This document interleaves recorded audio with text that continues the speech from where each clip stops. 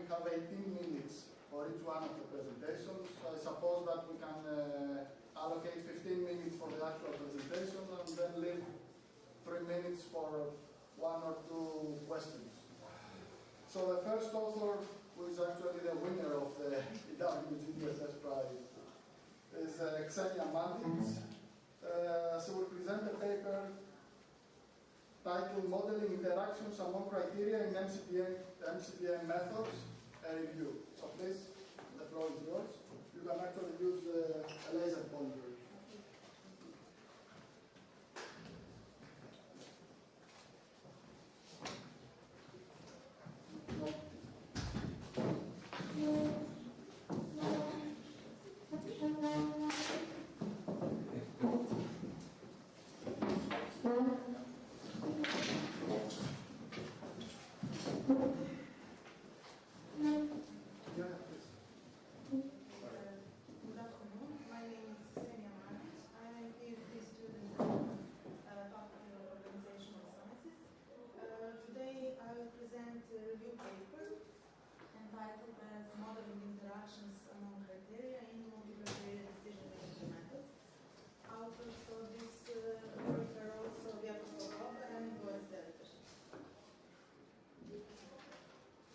I will start with the presentation content. First, I will make an introduction, and then I will talk about the methods that include the interactions between the criteria, such as analytic network process, decision-making trial and evaluation laboratory, interpretive structural modeling, fuzzy measures and the Schottky integral, and interquality Boolean algebra. At the end, I will give discussion and concluding remarks. Multi-criteria decision-making is one of the most popular decision-making disciplines, and it models decision-makers' subjective assessments of a large number of qualitative and quantitative criteria, which are often cognitive. So also these criteria are often interdependent, and between them there exist certain relations. So the main task of this paper is to present the multi-criteria decision-making methods that involve interactions between criteria. The first method is analytic network process, or ANP. It is proposed by Sati in 1996 to generate private weights of criteria and alternatives by using pair-based comparison matrix. And this method models the interactions in the dependencies and feedbacks between the group of elements and between the groups.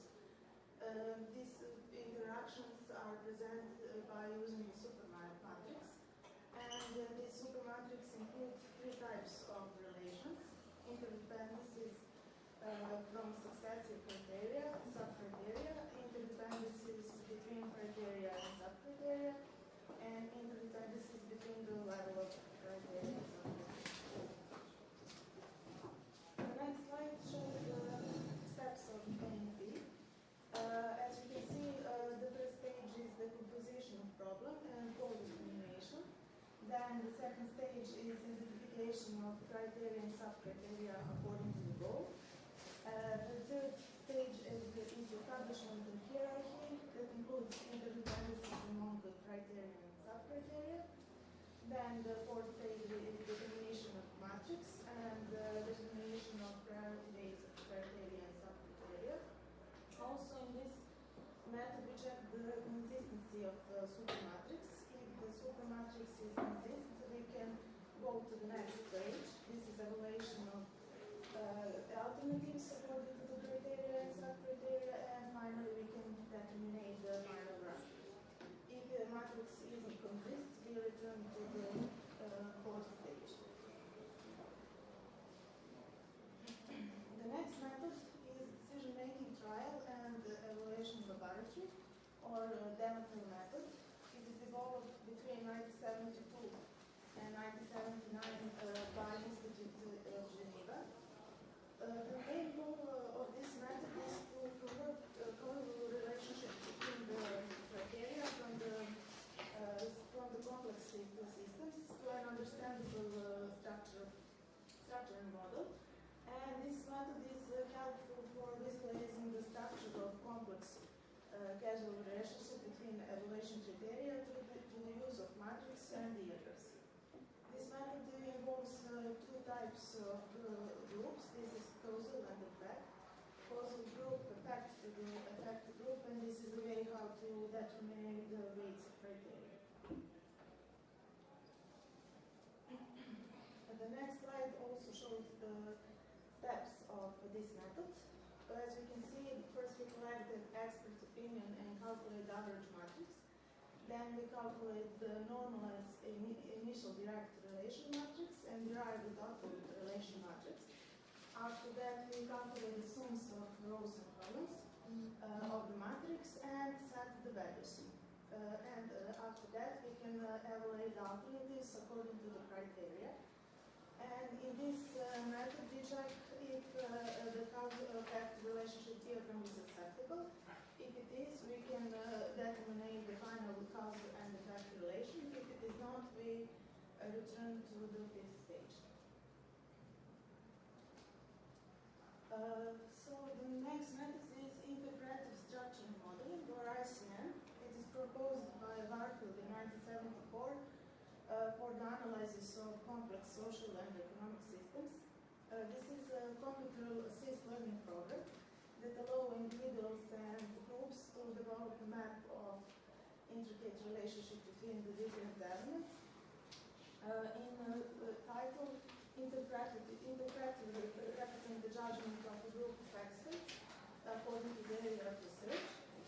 Structure refers to the overall structure extract from the set of variables that interact with each other.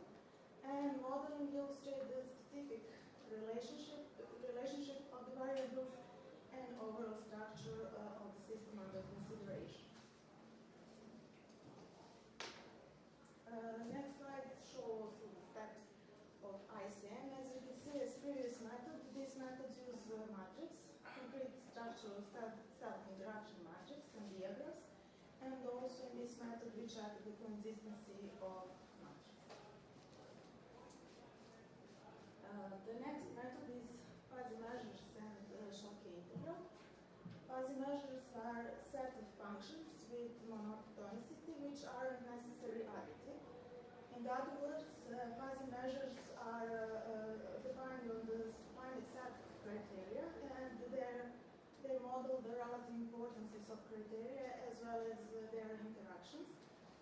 And fuzzy integrals represent an integral with respect to the fuzzy measures, and the fuzzy integrals are used to present the interactions between criteria. They allow simple translation of decision-makers' request into coefficients of the fuzzy measures. The next method is a relatively new approach. It is proposed by Professor Radevich as a consistent generalization of fuzzy logic. IPA is real value and or realization of Boolean algebra that includes all logical functions, interpolative operators, and generalized product operators.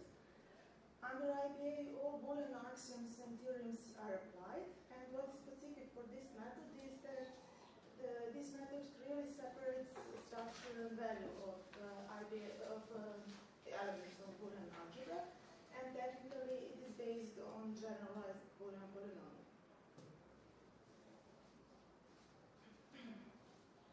This slide represents the more recent approaches.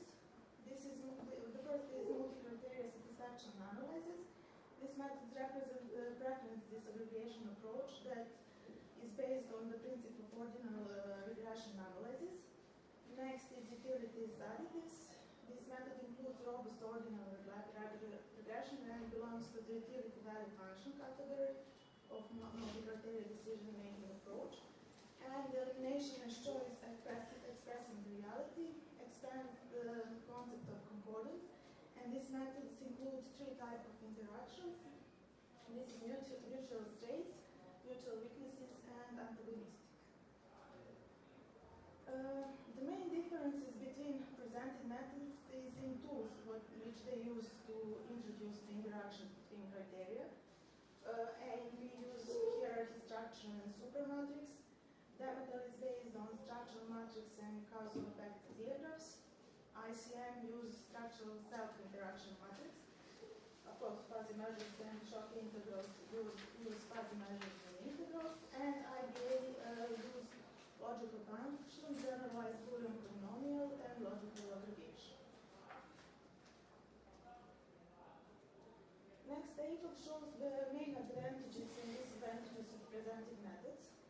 As you can see from the table, for example, for ANP, the main advantage is that this method takes into account dependent and independent criteria. But the main disadvantage is that method is unable to single out an element and identify its strengths and weaknesses. Also, for example, for fuzzy measures and integrals, the main advantage is that this method presents positive and negative interactions between criteria, but the main disadvantage is that this method evaluates all criteria on one scale. And conclusion, most of multi-criteria decision-making methods view interactions between criteria as linear form, ignoring the mutual relationship and interdependencies. So researchers begin to develop a holistic approach that involves interactions between elements of decision making. And presented methods give more reliable results because they view the aggregation between criteria as non-linear structure with elements which are interrelated. So we would like to, in this paper, we would like to highlight the importance of modeling the interactions between criteria, because otherwise it may lead to making bad decisions according to the false assumption of linearity and interdependence. That's all. Thank you very much. We are ahead of time actually, so we have time for any questions you may have. Yes, please, Pascal. I have more comments than questions. So I agree with your conclusion. Of course, it's very important to model the relationship among criteria. But when a decision maker is faced with a real problem, it's easy to see the dependence among two criteria. For example, if I take the Choquet integral, you have the k-additivity, so you can integrate the dependence among two criteria, so three criteria, etc. You can easily, on a cognitive point of view, see the dependence between two criteria, the price, for example, and if you want to buy a car, the price and the design are correlated. But on a cognitive point of view, seeing the dependence among criteria at three criteria, it's more difficult. Yes, but I think and what I want to say is that, of course, it's important to have mathematical methodology which are well established and on an axiomatic point of view. But if you want to practice all this method, if you ask to a decision maker to see what are the dependence among three criteria, four criteria, yes, they don't know. yes, I think the interquartile Boolean algebra is the best method for this, because this method allows logical functions to logical functions, and you can compare more criteria in logical way. Maybe it's the best method. This is my opinion. What I want to say is that it's good to have well-established methodologies, multi-criteria decision-making methodologies, but if they are not usable in daily life, what is the point? So it is important to have good decision support systems that which allow decision makers to establish these dependencies among criteria. Yes.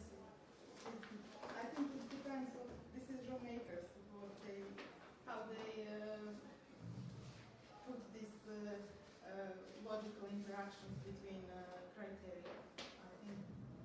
I think the best method is the last one, interpolated Boolean algebra, because this method allows logical interaction between criteria. You can compare 2, 3, or more criteria in logical way. You say if this criteria is better, then you pay attention to criteria that is that is less better than this. You can make combination.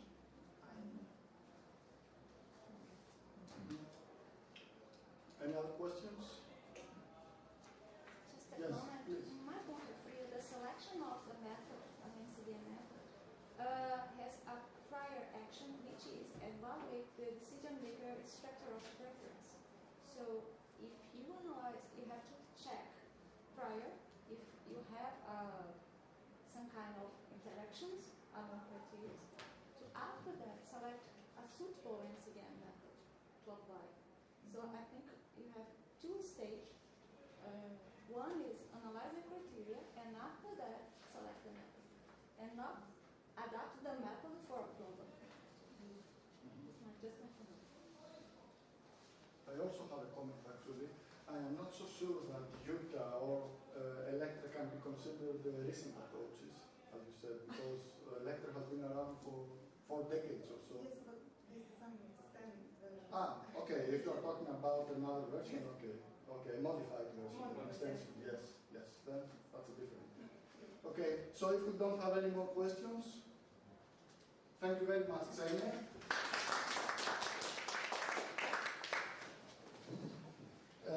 Our next presenter is Son Eon. The title of his presentation is Implementing a Cloud-Based Decision Support System in a Private Cloud, the Infrastructure and Development Process. So please, Son, the floor is yours.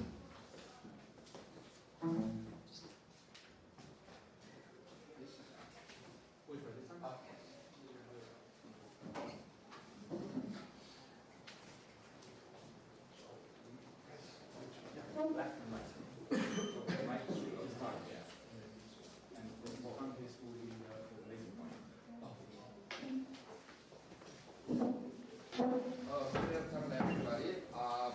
I'm the last author, and I have four authors in Quebec, Algeria. What we tried was implementing cloud-based DSS in a private cloud, and how we designed and how we deployed in a private cloud.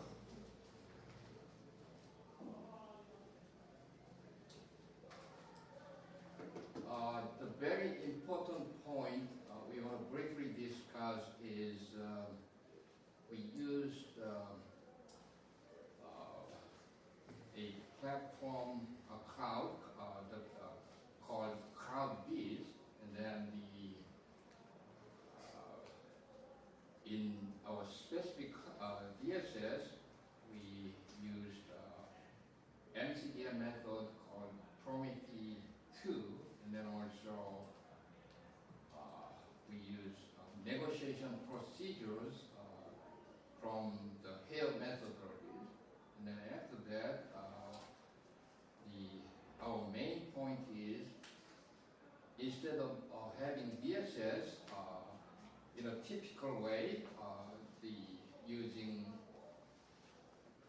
maybe private personal computers, by deploying cloud on the cloud, basically we have several different advantages. The first one is it will reduce our deployment and processing time, and also it will improve our communications and cooperations between decision makers, and then also it will facilitate our accessibility. So to understand the DSS, we are going understand what kind of decisions. I think the decision is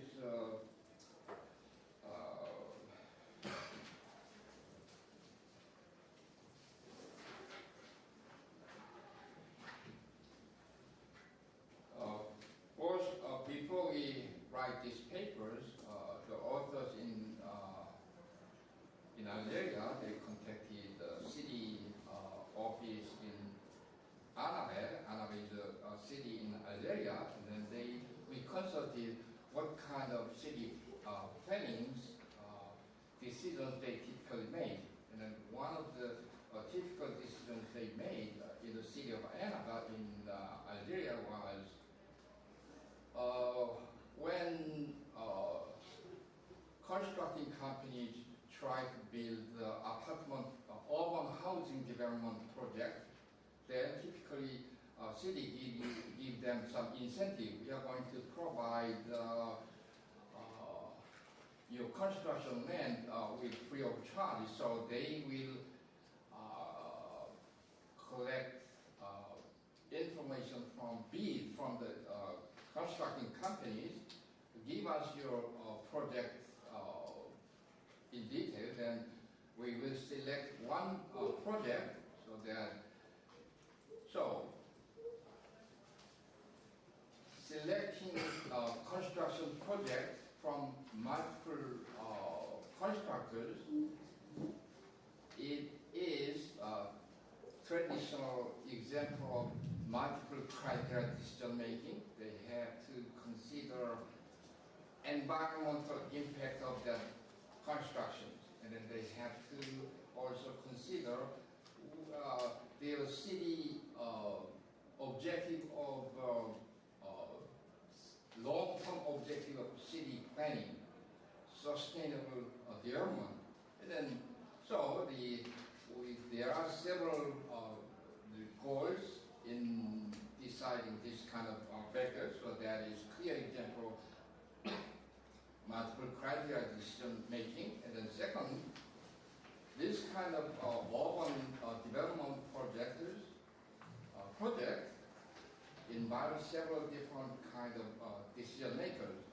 Within city government, there are multiple level of decision makers, and then outside city government, there are also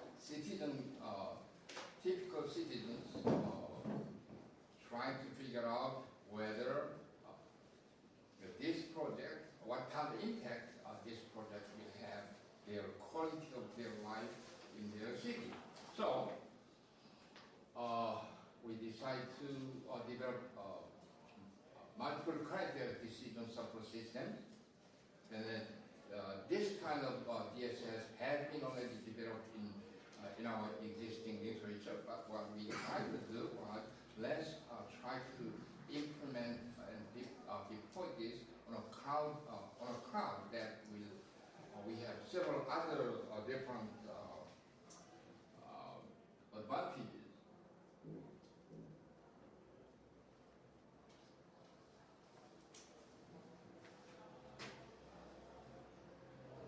So next step is I'm going to briefly discuss how do we deploy this multiple criteria decision making in a private cloud.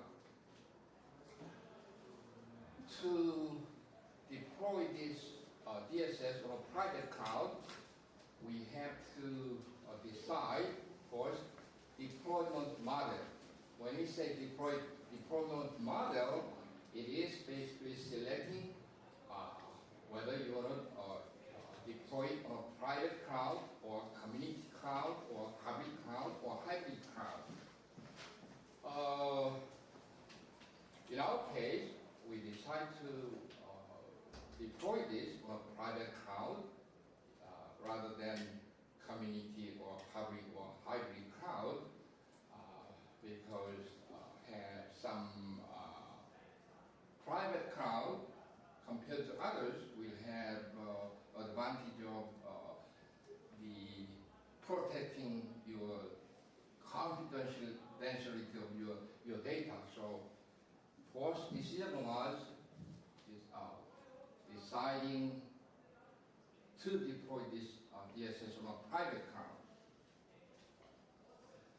Second decision is deciding service model. Service model is referring to what kind of cloud architectures are you going to use. One of the typically universally accepted model is called SPI model.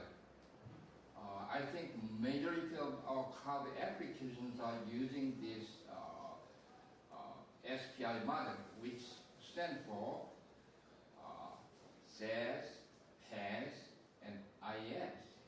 That indicates typical cloud-based DSS should have infrastructure layers and platform layers and user layers. So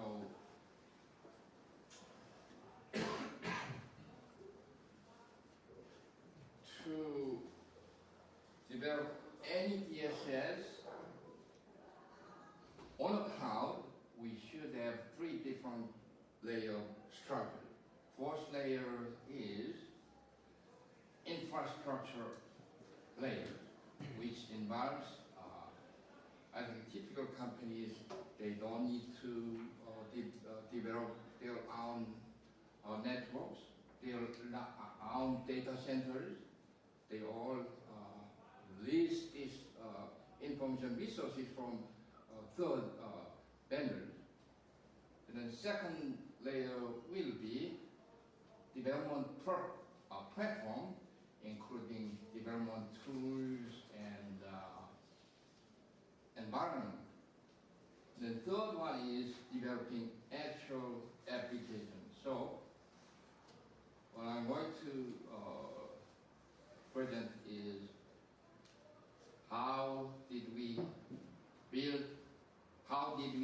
what kind of software we use to develop infrastructure for our multiple criteria DSS, and what kind of development tools we use. These are all free software.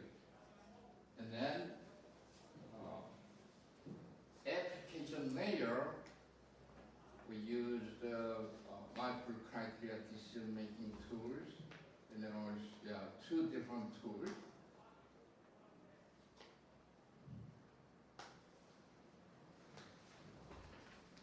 So in our case, we choose a software called OpenStack. This is free and open source cloud computing software platform. Users primarily deploy this as infrastructure as a service solution. So using OpenStack, this is free software, and the users didn't worry about cost of purchasing or deploying this kind of software tools.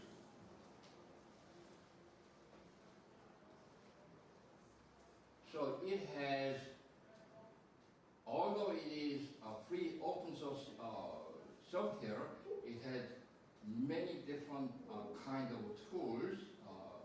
I will explain briefly to develop the applications. So these are some of the available tools. Any application developer need to develop and to deploy and to manage applications on the cloud.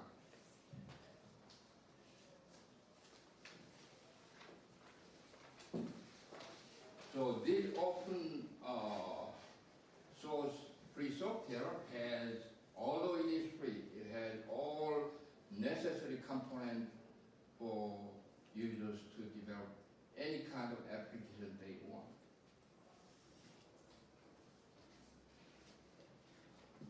So second step of cloud-based system, using that service model, we need platform layers. Platform layers, we need another software, and in our case, we choose software called CloudBees, and this is offering second layer of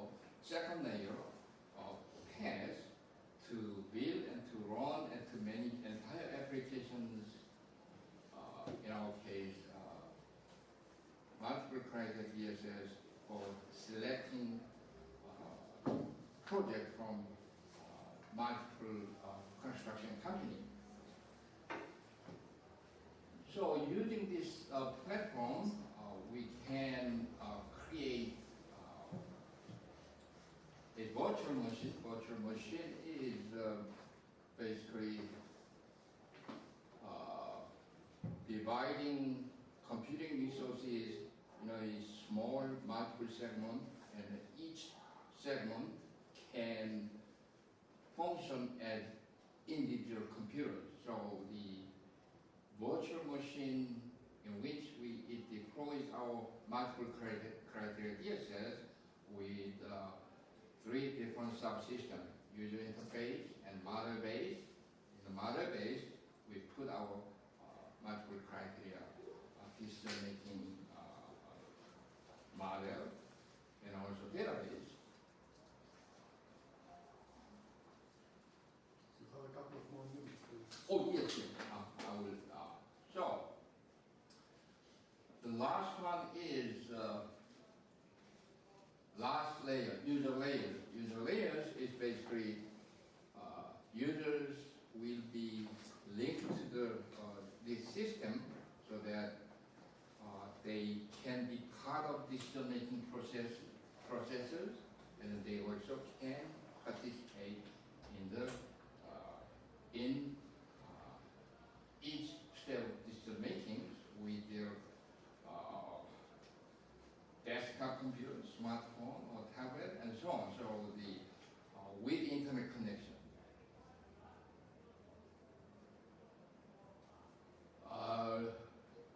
In our original paper, we describe how each step of this process, from development and then deploying on the cloud, and I'm going to skip this process since this is MCDM sections.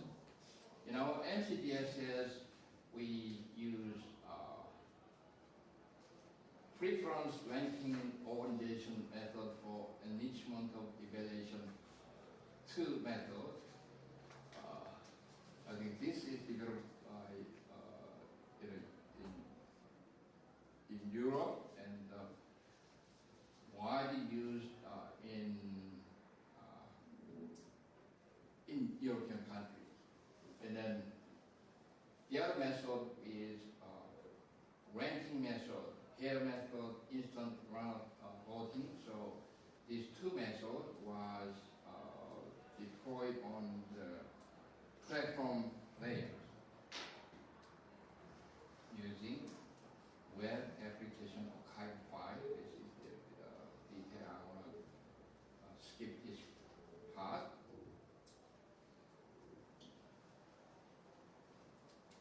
So there are already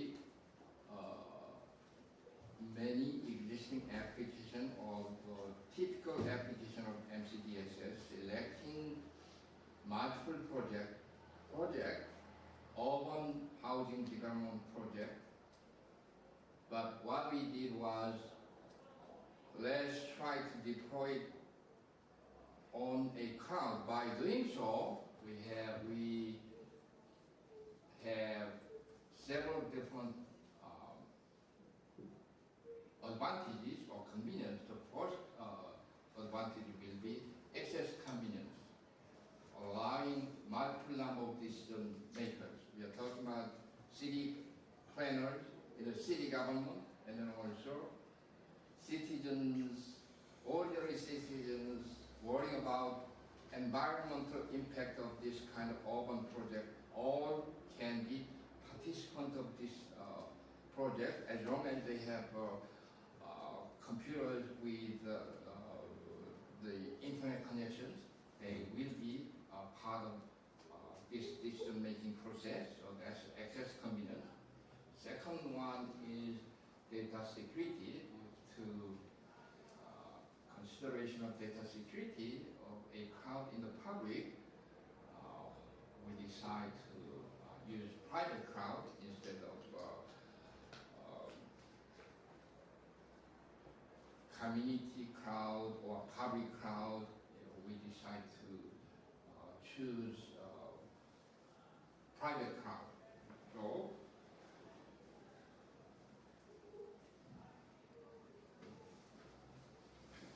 thank you very much, Sean.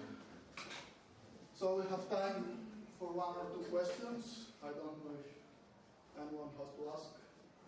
I have one question.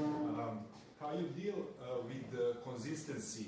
If you told us that the citizens can be involved in this project.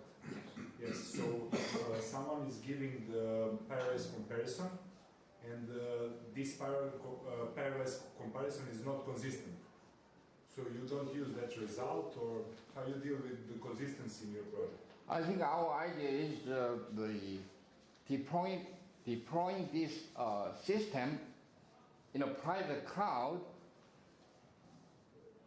Everyone, I think city planners and then ordinary citizens will be allowed to see from the start all the way until implement this selection of urban project. So the advantage of this cloud-based DSS is, as long as you have computer, even you have cell phone, and then you have internet connection, you will be able to see how many project candidates are received by the city government. And then we have several different criteria. How do we, let's say you have 5 different urban housing development project candidates. The evaluation of this the best project will be